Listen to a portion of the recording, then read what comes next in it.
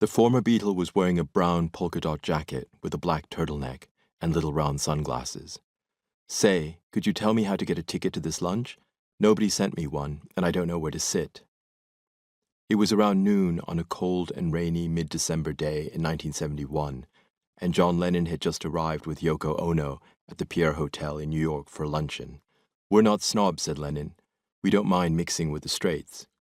A startled young woman at the reception desk quickly replied that the couple would be seated on the dais with U Thant, Governor Rockefeller, Pete Seeger, Senator Frank Church, Arthur Goldberg, and Jacques Cousteau.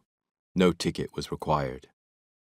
The lunch was a farewell tribute to Thant, who was about to step down after more than a decade as Secretary General of the United Nations. Thant, who was Burmese, had, like most of his compatriots, only a single personal name. The U was an honorific, roughly meaning Mr. Dorothy Hammerstein, wife of the Broadway lyricist Oscar Hammerstein, had organized funding for the event, attracting contributions from dozens of Thant's friends, including Jacqueline Kennedy Onassis, Walter Lippmann, John D. Rockefeller, and a mix of corporate and union donors, such as the Woolworth Company and the Amalgamated Laundry Workers. Lennon and Ono were ushered into the chandeliered ballroom, where they and nearly 600 other guests sipped wine, ate canapes, and chatted amiably. American congressmen, bankers, captains of industry, Hollywood moguls, peace activists, ambassadors, and top UN officials.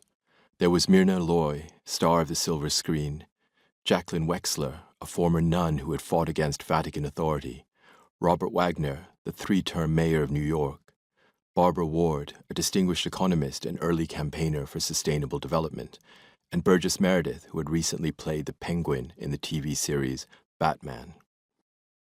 Also in the crowd was Viktor Leziovsky, a KGB agent, codename Fedora, and one of Thant's special assistants. The FBI believed they had turned the spy years ago. In fact, the supposed double agent was still working for Moscow and feeding disinformation about the UN directly to the White House.